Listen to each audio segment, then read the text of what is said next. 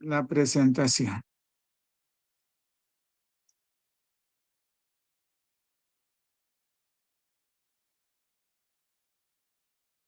¿Pueden observar o nada?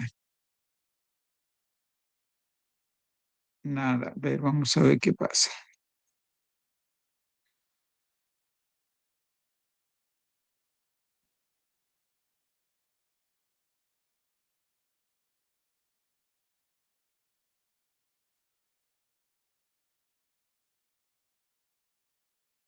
Ahora, ¿pueden ver o nada? Ambos grupos. ¿No se ve nada? No se ve. No se ve, doctor. ¿Tajiri puede ver algo o nada? No se ve, doctor.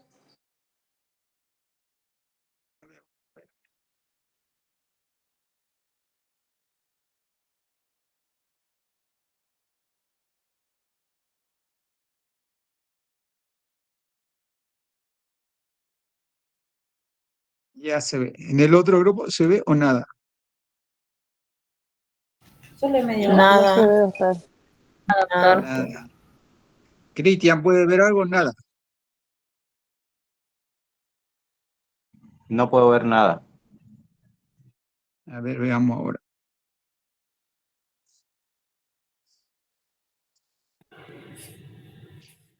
¿Ahora pueden ver los dos grupos? Ahora ya se ve, doctor. Muy Sí, bien. ya se Vamos ve. a empezar la clase entonces.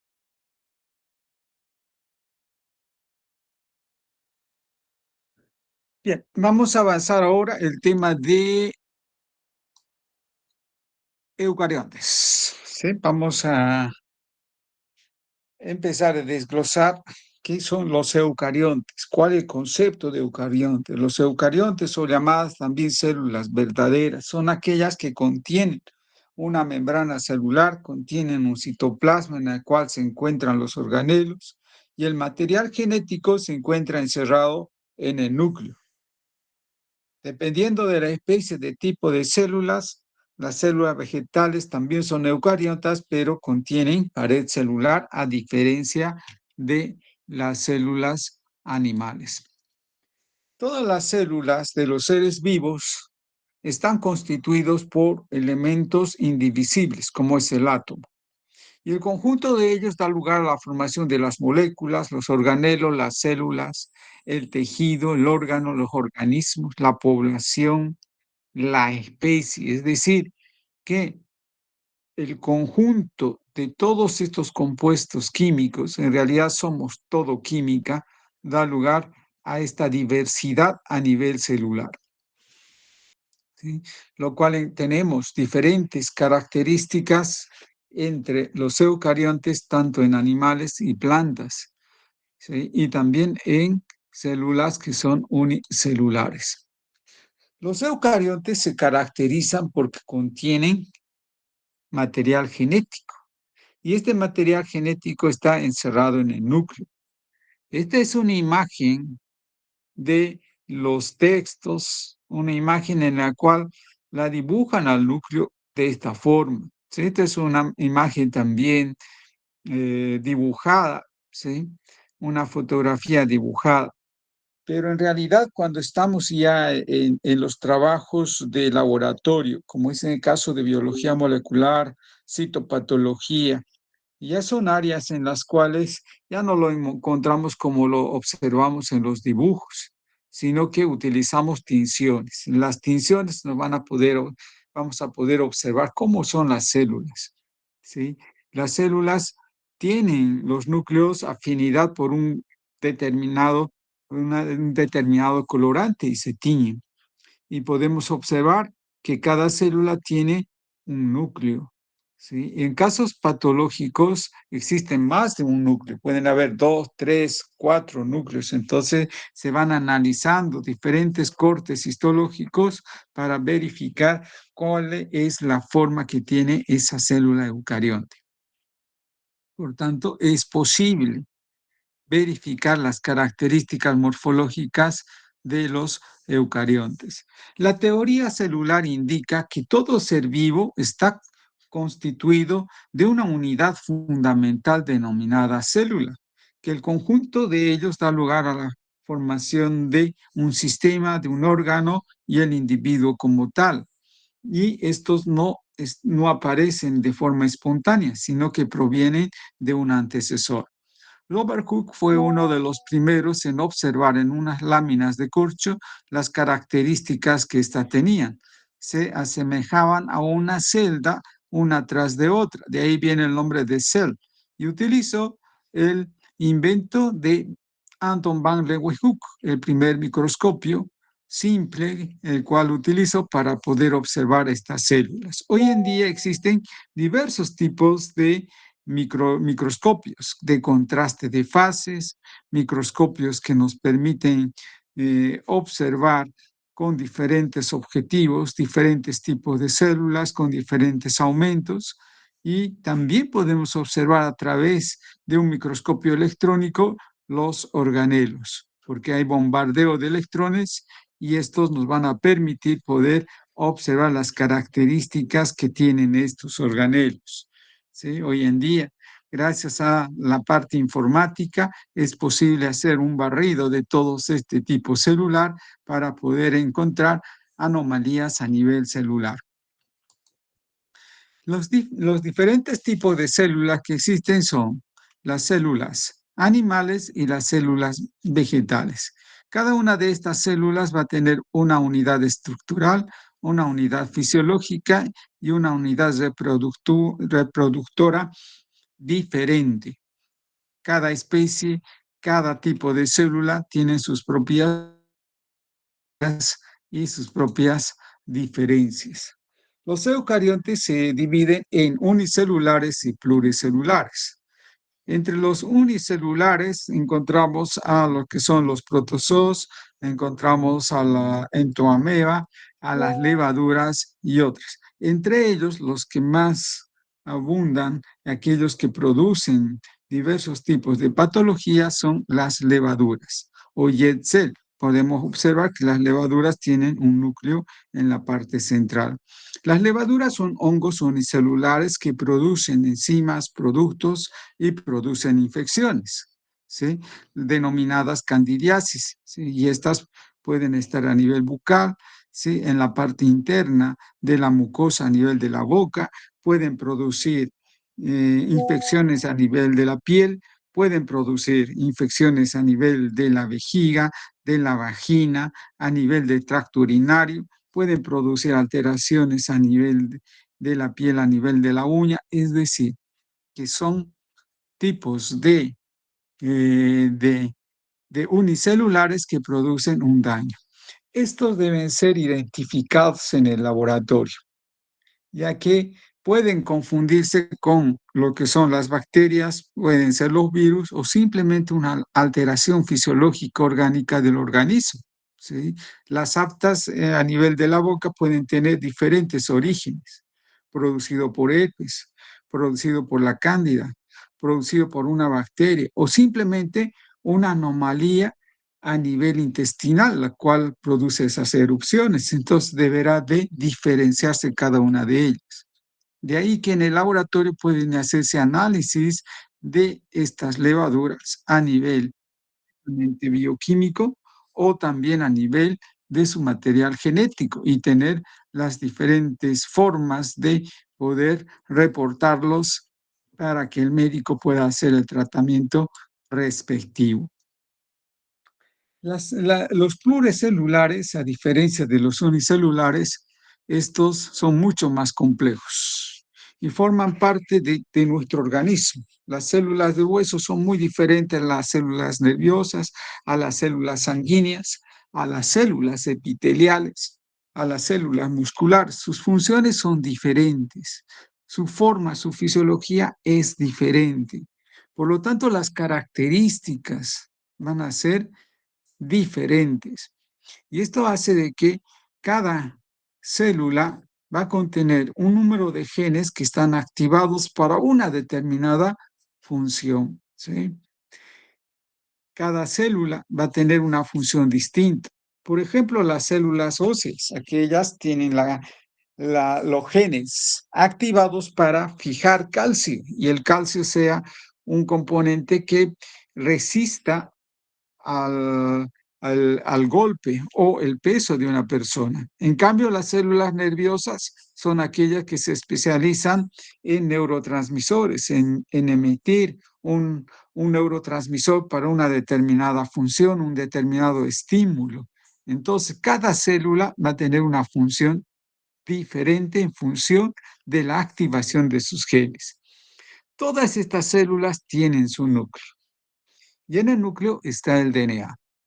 Y en el DNA está el perfil genético del individuo. La biotecnología forense, su función es estudiar a este material genético en hechos delictivos. Cualquiera de estas células nos permite saber si efectivamente es o no es este individuo, ¿sí? Entonces, eso quiere decir que la biología molecular y la biotecnología se unen para dar soluciones a problemas de la sociedad. En la parte anatómica, netamente de la célula, está constituido por la membrana, el citoplasma y el núcleo. El citoplasma se subdivide en hialoplasma y organelos celulares. El hialoplasma está constituido por el citosol y el citoesqueleto. Los organelos celulares son aquellos que no tienen membrana, tienen una sola membrana o tiene dos membranas, ¿sí? Entonces son las características de los componentes que tiene una célula.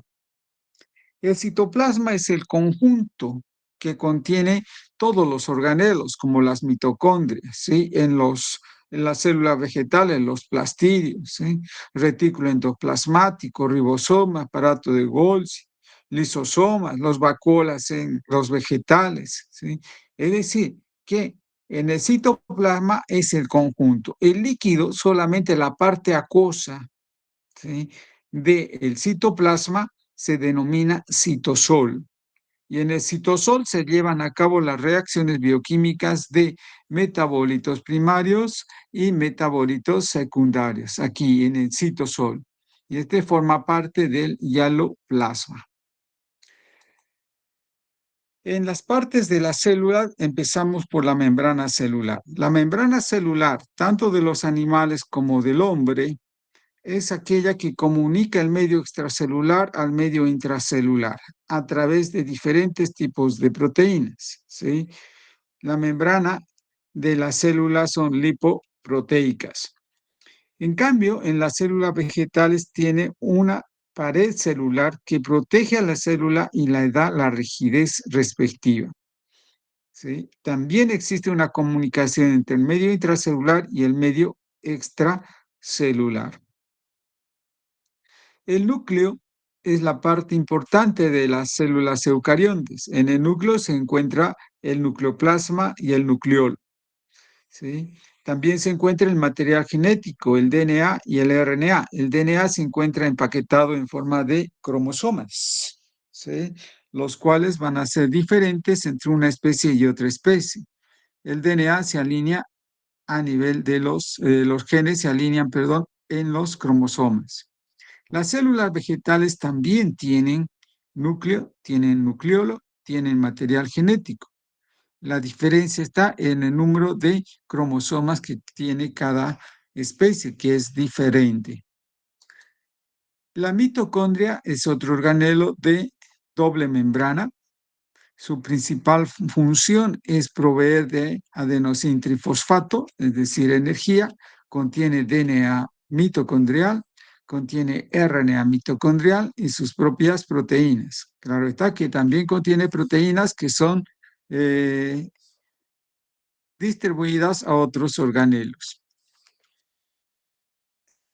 El ribosoma es un organelo que no es membranoso, no tiene membrana, ¿sí? Está constituido por dos subunidades, una mayor y una menor. Puede estar adherido también en el retículo endoplasmático.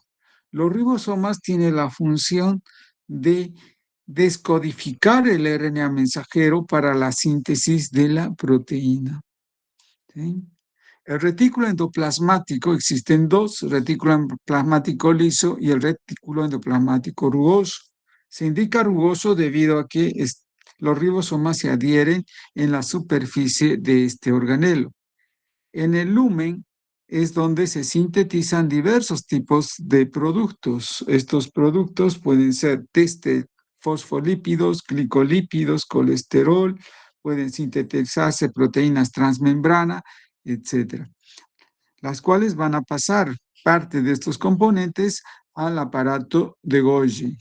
En el aparato de Golgi, estos sáculos que existen son sáculos membranosos. En la mayoría de ellos se sintetizan diversos tipos de enzimas, hidrolasas, peptinasas, endonucleasas, etc.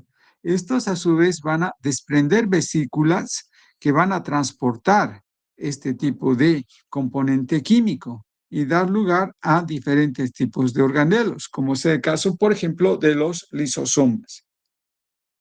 Los lisosomas vienen a ser organelos que contienen enzimas hidrolíticas, peptilíticas, proteasas, etc. Son enzimas que van a producir en el retículo endoplasmático, ya sea liso o rugoso, y luego pasan al aparato de Golgi. Y estos se almacenan aquí. Y de aquí van a salir.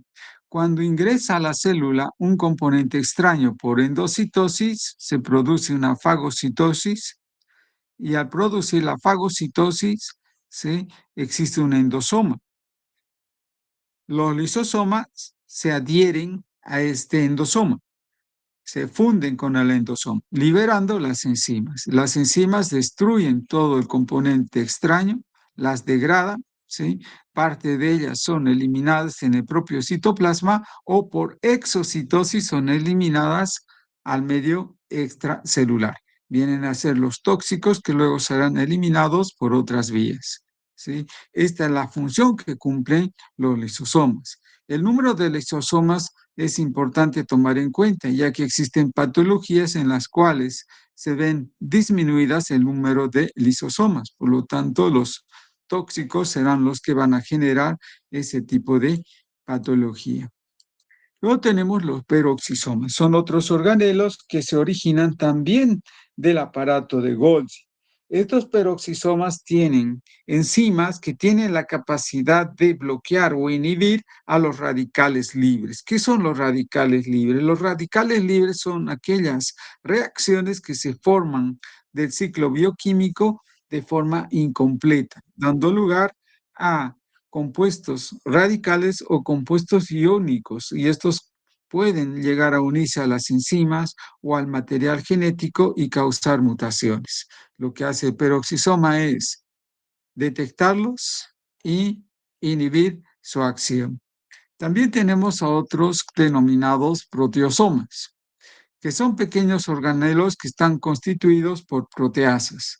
Estas detectan a las muteínas. ¿Qué son las muteínas? Las muteínas son proteínas incompletas, que no tienen las mismas características de las proteínas originales como debería ser, debido a una mutación a nivel del gen.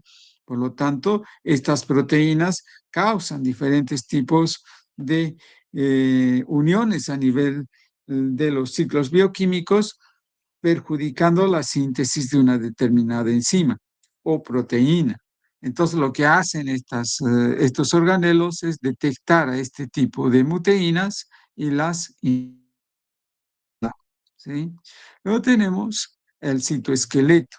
La célula como tal, en la parte interna, está constituida de citoesqueleto, por donde van a transitar los organelos para un ahorro de energía, ¿sí? Por ahí transitan las mitocondrias, transitan los ribosomas, se mueven los retículos endoplasmáticos, etc. Es un movimiento dinámico a nivel celular y están constituidos por actina, por microtúbulos y microtúbulos intermedios, ¿sí? Las células vegetales son aquellas que tienen componentes como la pared celular, ¿sí?, cloroplastos y vacuolas, que son los más, los componentes más importantes. Las vacuolas pueden tener diversas funciones.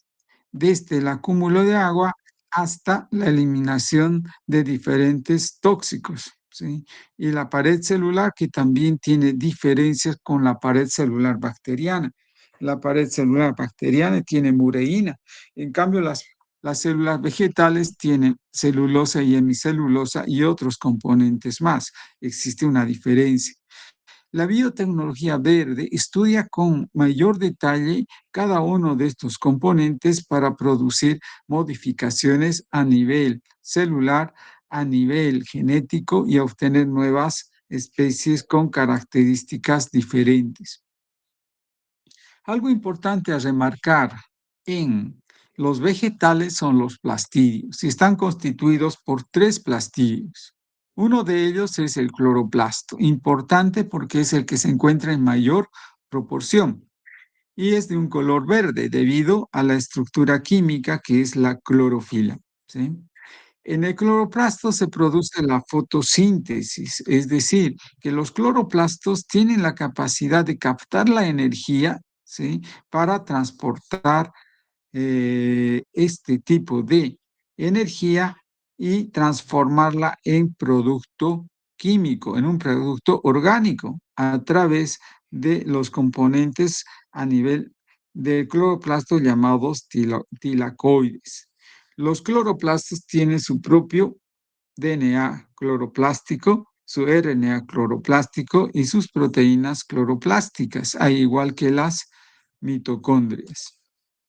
Luego tenemos a los siguientes plastidios, los cromoplastos. Son semejantes a los cloroplastos, pero estos difieren porque tienen pigmentos de diferente color, ¿sí? No es igual que la clorofila, puede ser de color anaranjado, puede ser color amarillo, de color rojo, ¿sí? Lo que se observa cuando observamos las hojas de las plantas, que son de diferentes características. Luego tenemos los leucoplastos, que son incoloros y almacenan el almidón. La mayoría de ellos tienen la característica de almacenar este componente y cuando se encuentran en estrés, la utilizan. Y finalmente podemos encontrar la diferencia que existe entre una célula animal y una célula vegetal. Sus diferencias son a nivel morfológico, estos no tienen una pared celular y estos sí tienen una pared celular, ¿sí? Tienen mitocondria, las células vegetales tienen mitocondrias, pero son rudimentarios y no funcionales. Pero en las células animales no encontramos cloroplastos, ¿sí? Definitivamente no hay cloroplastos. Aquí sí tienen cloroplastos, ¿sí? Este utiliza la energía para producir compuestos orgánicos. En cambio, la mitocondria utiliza los compuestos orgánicos para producir energía. O sea, su funcionalidad es diferente, ¿sí? Y también sus características a nivel de laboratorio también son utilizados para poder diferenciar entre una y otro tipo de célula. Vacuolas no la tenemos ni plastidios. Lo mismo que ocurre aquí, no vamos a encontrar componentes como ser, por ejemplo, los proteosomas. No encontramos aquí proteosomas, pero aquí sí hay proteosomas, ¿sí? Es decir, hay componentes que no se encuentran en los vegetales, pero sí en las células que son animales y del hombre. Muy bien. ¿Tienen alguna pregunta hasta aquí antes de cerrar la diapositiva? Bien, no hay preguntas, dejo de compartir. Perfecto.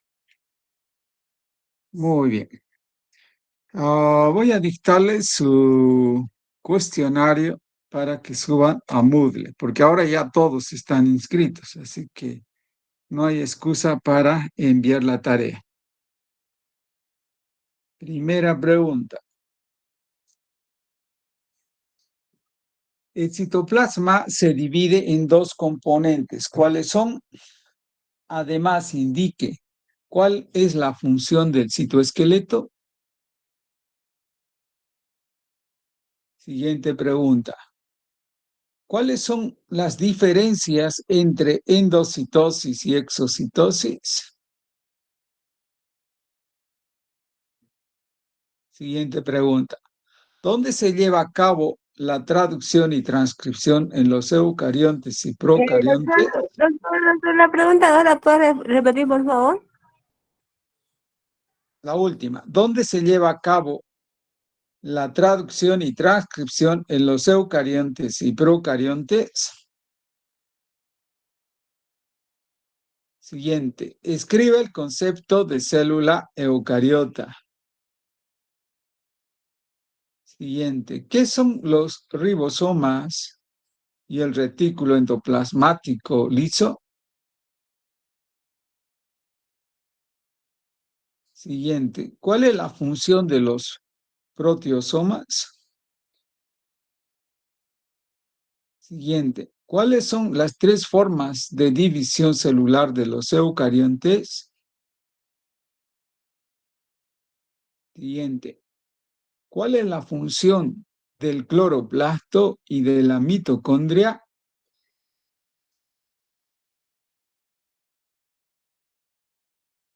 Siguiente. ¿Qué características tiene el DNA? Bien. Esta información está tanto en su texto como en Moodle, ¿sí? Entonces ustedes pueden revisar los recursos de Moodle y también su texto. Lo envían a Moodle. Voy a subir el archivo, ¿sí? Habilitaré el archivo para que ustedes envíen el trabajo. Y van a hacer el mapa conceptual, ¿sí? De su texto, de la página. Espera, aquí estoy con mi texto. Página, ¿dónde están los eucariontes? Página 10, a la página 15. ¿Sí? Entonces, un mapa conceptual de la página 10 a la página 15. Este trabajo es presencial, ¿sí? El otro es virtual, lo mandan, ¿sí? Muy bien. ¿Alguna pregunta?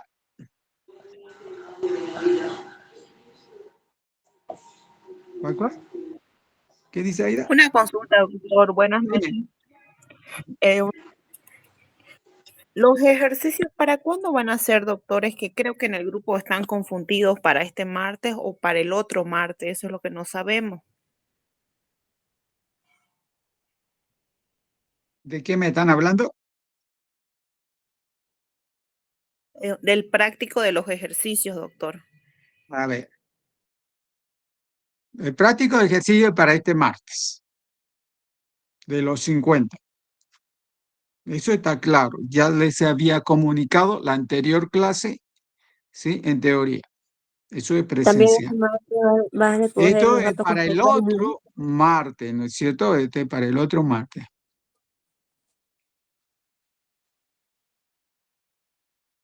¿Mm? A ver,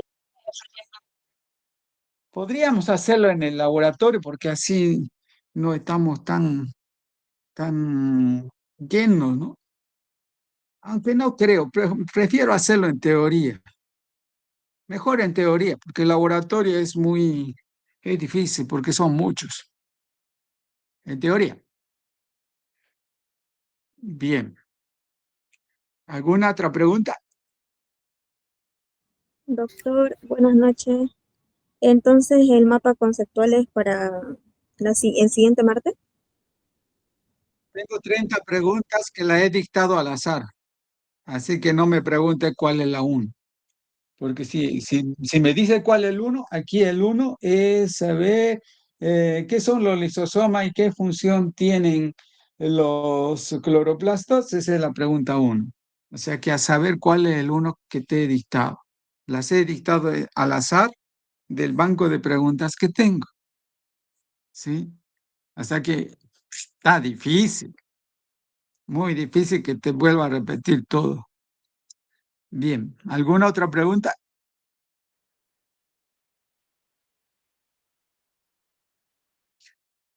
Para este martes los ejercicios. De aquí a 15 días ya viene el examen. ¿Sí? El mapa conceptual lo puedes hacer, son 4 hojitas, no, ni eso, 3 hojas. Exactamente, para este martes, amiga. Así que ya nomás, ahora ya es hora de empezar a quitarle tiempo al sueño. O sea, ya tienen que dormir 5 horitas nomás, ya no 8. Y empezar a trabajar. ¿Listo? Bien.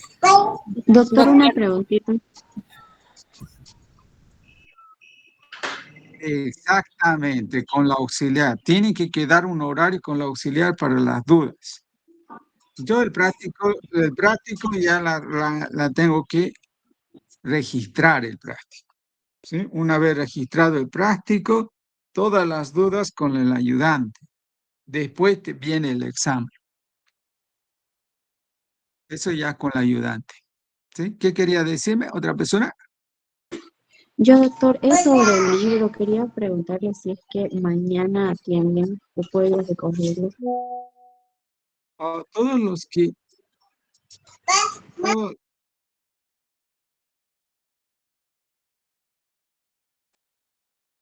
todos los que dieron su adelanto de texto, ya se los he cancelado el total.